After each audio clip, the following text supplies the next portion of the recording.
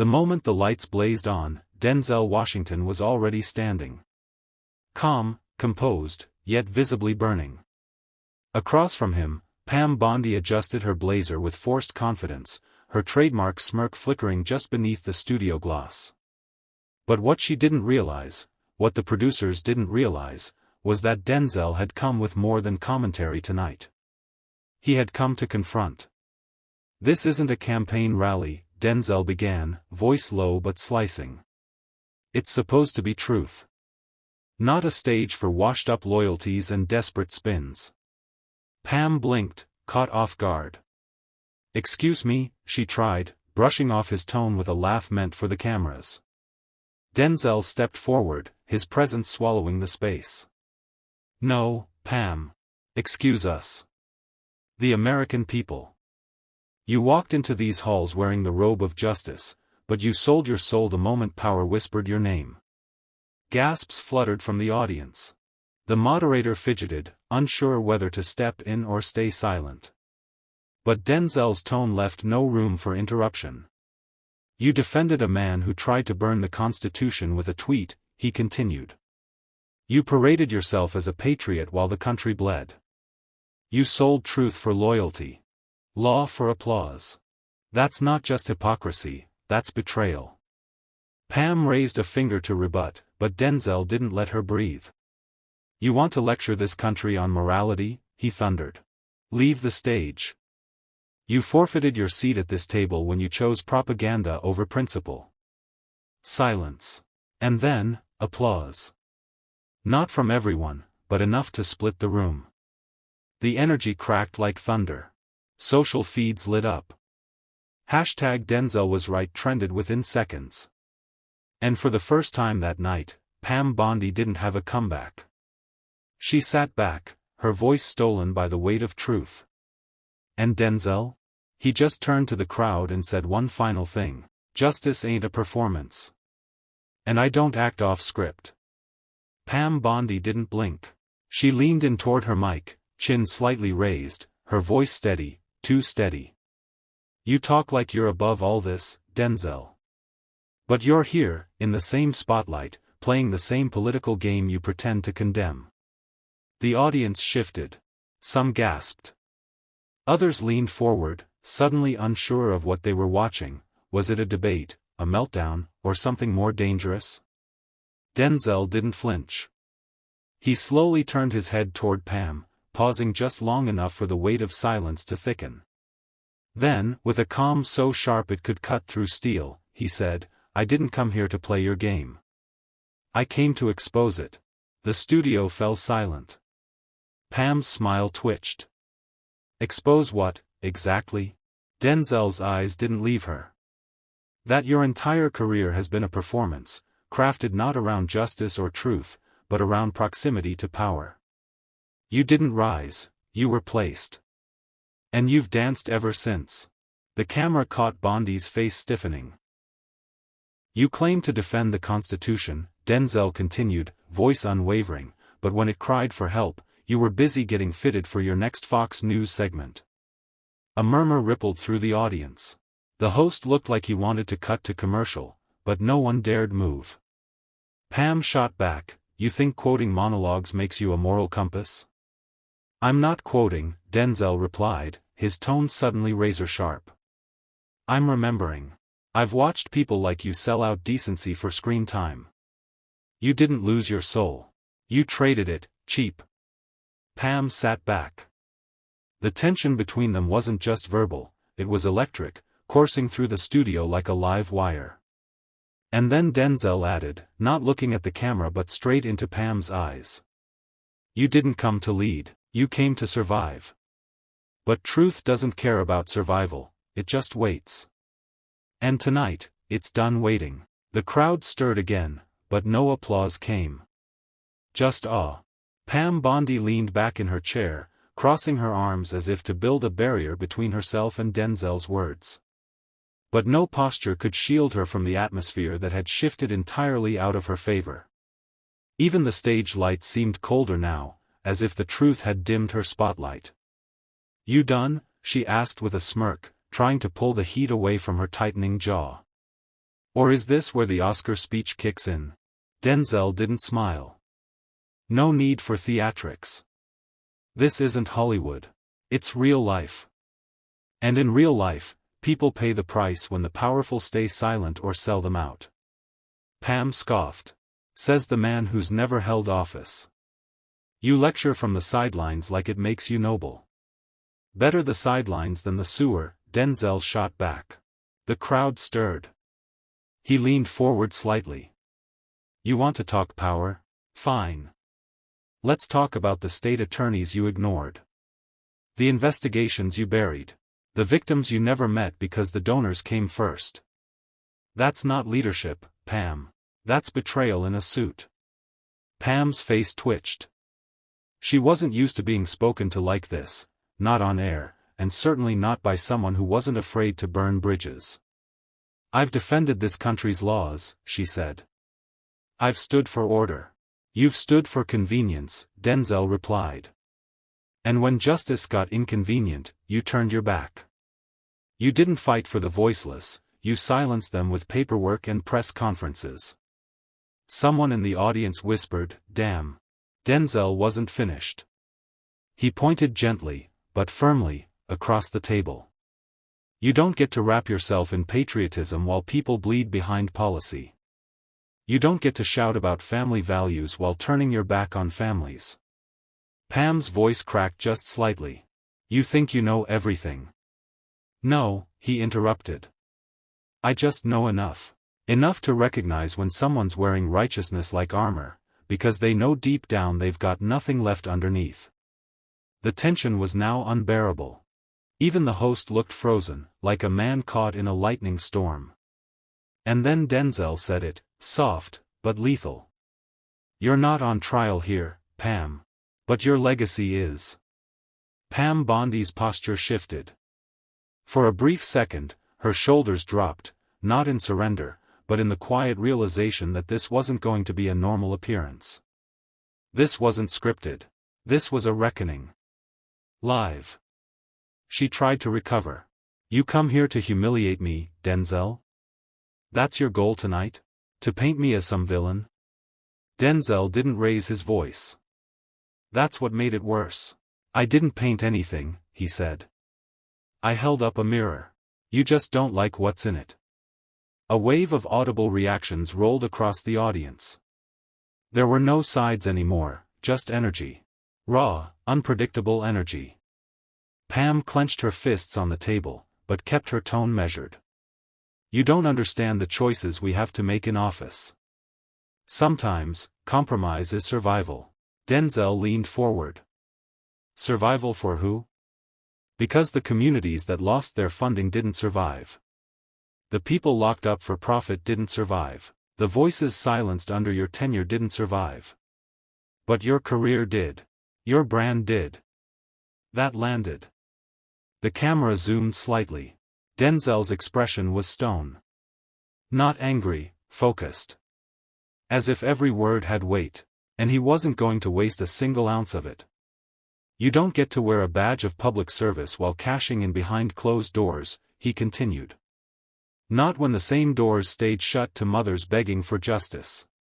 Not when lives were treated like political currency.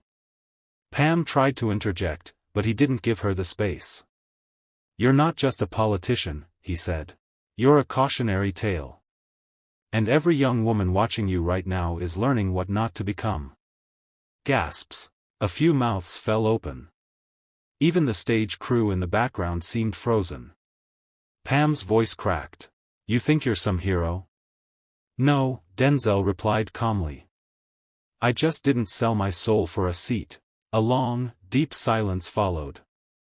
The kind that settles after an earthquake. Pam finally sat back, rigid, furious, but without a retort. Because no words could deflect what had just been laid bare. And she knew it. Pam Bondi stared into the audience, eyes scanning for refuge. There was none. The lights were hot. The silence was heavier than any insult. Her throat tightened. Her carefully manicured image, years in the making, was beginning to fray, live, in high definition. She straightened her blazer and drew in a slow breath. So that's what this is. You want to be the voice of moral authority while tearing people down? Real leadership doesn't come from a script, Denzel. Denzel tilted his head, unshaken. No. Real leadership comes from accountability. Something you dodged like it was a virus. The crowd murmured again, low, pulsing. Everyone could feel it, the temperature of the room changing with every line. Pam lifted her chin. You think moral outrage is enough to run a country? Enough to keep streets safe? You live in fantasy. I live in reality. You live in denial, Denzel countered.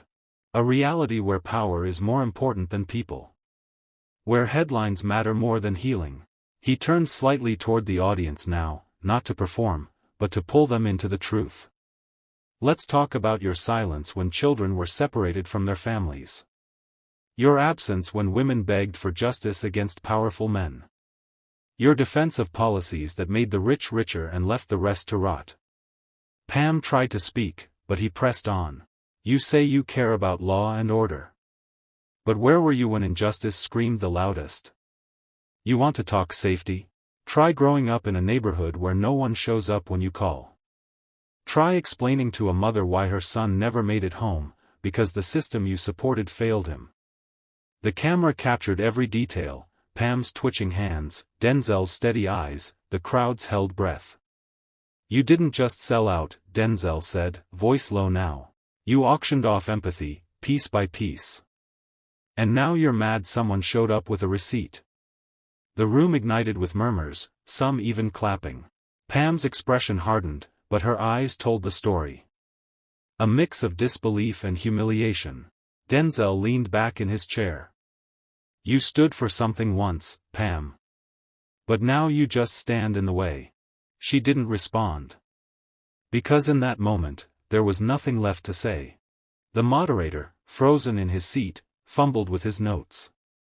This wasn't the civil discourse the network had promised.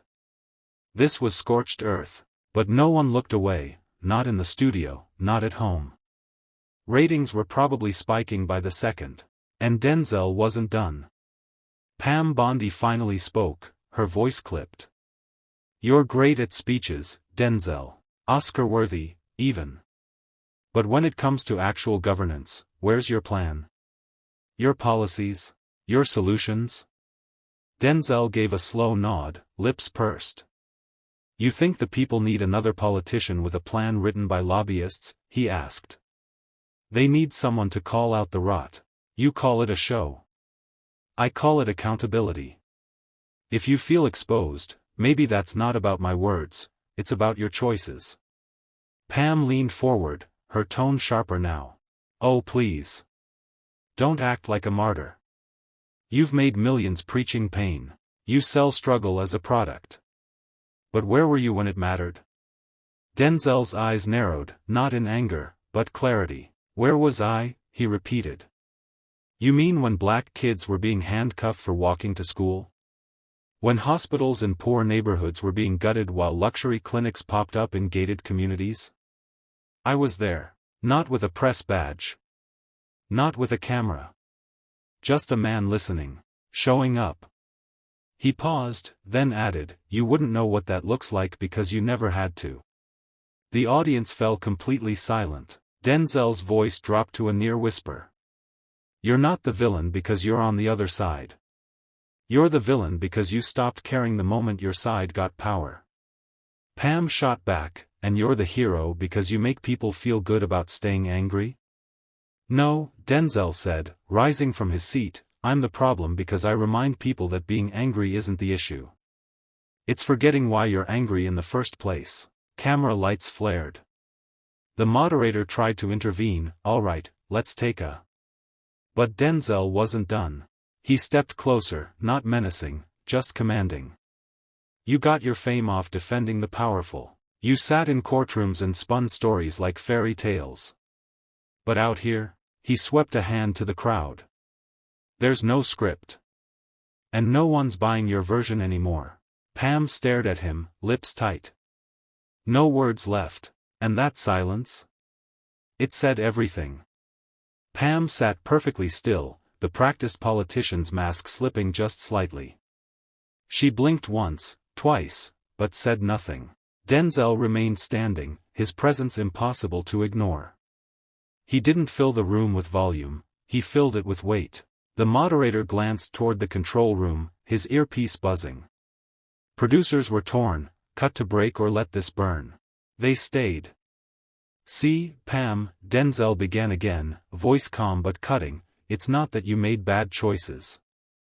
It's that you made calculated ones. You saw suffering, and you monetized it. You saw division, and you sharpened it like a blade." Pam broke the silence. "You don't get to rewrite my story." "I'm not rewriting it," he replied. "I'm just reading aloud the parts you tried to bury." That line hit like a thunderclap. The audience leaned forward. Some gasped, others clutched their chests. A few exchanged glances. Was this actually happening live? Pam gathered herself and stood, slowly, deliberately, matching Denzel's height, but not his gravity. "You think being angry is noble. But anger without discipline is chaos," she said, eyes locked on him. "Discipline without compassion," Denzel countered, "is cruelty in a suit." A beat passed. "You wore the flag like a cloak," he continued. "But every time someone questioned what was underneath, you called it treason." Pam crossed her arms. "You hate this country that gave you everything." "I love this country enough to tell it the truth," he said, voice unwavering. "Even when it's uncomfortable. Especially when it's uncomfortable." At that moment, a woman in the audience stood up and clapped. Alone at first, then another. Then another.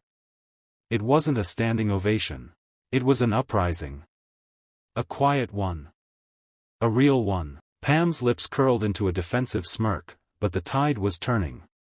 Not because Denzel raised his voice, but because he raised a mirror. "You don't get to lecture me on patriotism," he said, softer now. "Not when you traded yours for power and called it service." The camera zoomed in on her face, every muscle tense, every word caught in her throat. She didn't sit down. But for the first time that night, she looked small. The moderator barely breathed. His fingers hovered above the cue card stack, trembling, unsure if there was even a way back from this moment. The studio wasn't just watching, America was holding its breath.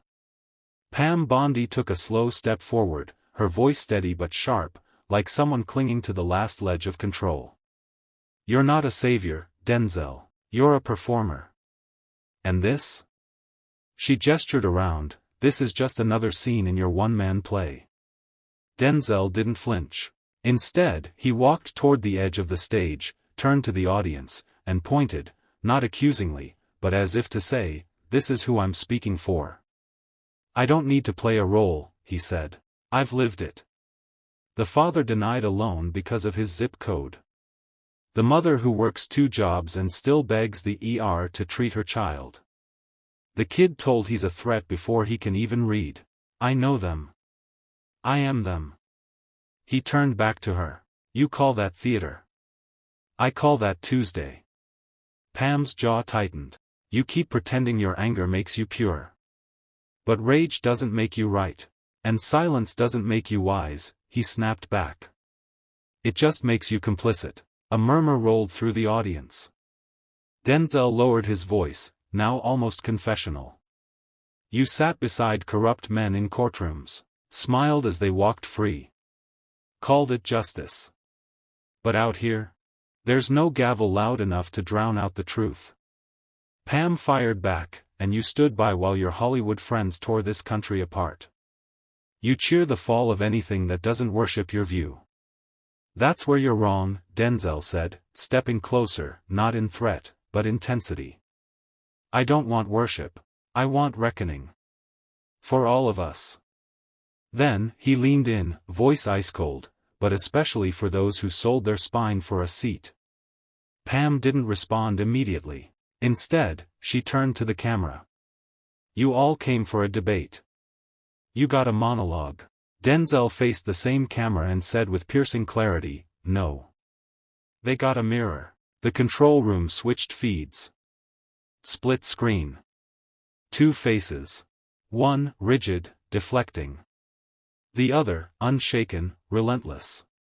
And America? Still watching. A moment of live silence, television's rarest currency, stretched across every home screen in America. You could hear breaths being held. Even the studio lights seemed to hum louder. Pam adjusted her blazer, her voice brittle. It's easy for someone like you to criticize. Wealthy. Famous. Applauded no matter what you say. Denzel didn't blink. You think this, he motioned to himself, protects me from pain? That recognition insulates me from reality? Fame doesn't erase the color of my skin when the cop's hand touches the gun. A few gasps fluttered through the audience. Pam tried to pivot. You've had decades to speak. Now you just want to scream. He stepped forward, calm but thunderous. I'm not screaming. I'm refusing to whisper so you can sleep better. She cut in. You think yelling makes you brave?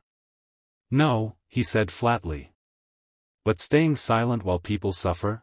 That makes you safe. Not strong. A murmur again. Louder now. Pam tried to take the offense. You act like pain makes you righteous. But grief doesn't grant wisdom. Denzel nodded. You're right. Grief doesn't. But listening does. And you haven't listened to anything but applause since 2016. She smiled, but it was hollow. You're playing to a crowd. And you've been performing for donors since law school, he fired back. Difference is, my script is real. Then came the words no one expected. You sat next to men who called immigrants animals. Who laughed at children behind cages. You shook their hands and straightened your skirt. I saw you. Pam's expression cracked. For a second. You don't know what it's like, she muttered. Denzel's voice dropped to a whisper, forcing the room to lean in. Oh, I know. I know what it's like to walk into a room and be judged before I speak. To be seen as threat before being seen as man. You talk about sacrifice. He pointed to the audience. But they live it. Pam's facade wavered. And maybe that's why you're scared, he added. Because if the people ever stop believing the costume, they'll remember who helped stitch it together. The camera panned wide. Bondi, cornered. Denzel, centered. The crowd? Ready for the final blow, the lights above flickered ever so slightly, as if even the set knew the moment had reached its breaking point. Pam tried to hold the line. You think conviction is volume. That thunder makes truth. Denzel didn't move, but his presence expanded like a wave cresting. No, but when truth has been whispered for too long, sometimes thunder is the only way to be heard. The audience erupted in a rare wave of snaps, claps, and gasps. Bondi stood stiff. People like you, she said, nearly trembling now, use pain like a currency. Always buying moral superiority. Denzel tilted his head slightly. And people like you use silence like a shield. Pretending neutrality while watching injustice feed at your table. She exhaled hard. What do you want from me? I want you to stop smiling at suffering. Stop putting on compassion like makeup when the cameras roll. Stop pretending you stood with the people when you stood at the door that locked them out. He pointed at her seat. You didn't defend the Constitution. You defended convenience. Pam's breath caught. And when they came for the weak, you didn't speak. When they came for the voiceless, you turned up the music. And now you want a stage? He shook his head. You want the stage? Then stand on truth. Until then. He walked slowly toward her. Not aggressive, deliberate. Leave the lights to those who aren't afraid to burn under them. Bondi tried to speak, but no words came. And then, looking her in the eye, with that signature Denzel steadiness, he said. Leave the stage. You sold your soul for power. You could have heard a paperclip drop. The moderator swallowed. We'll be right back after this break. But no one moved. The cameras kept rolling. The control room whispered, don't cut. Because the image was too real. Pam Bondi, silent. Denzel Washington, calm, arms folded, eyes fixed on justice itself. And the crowd? No applause. No cheering.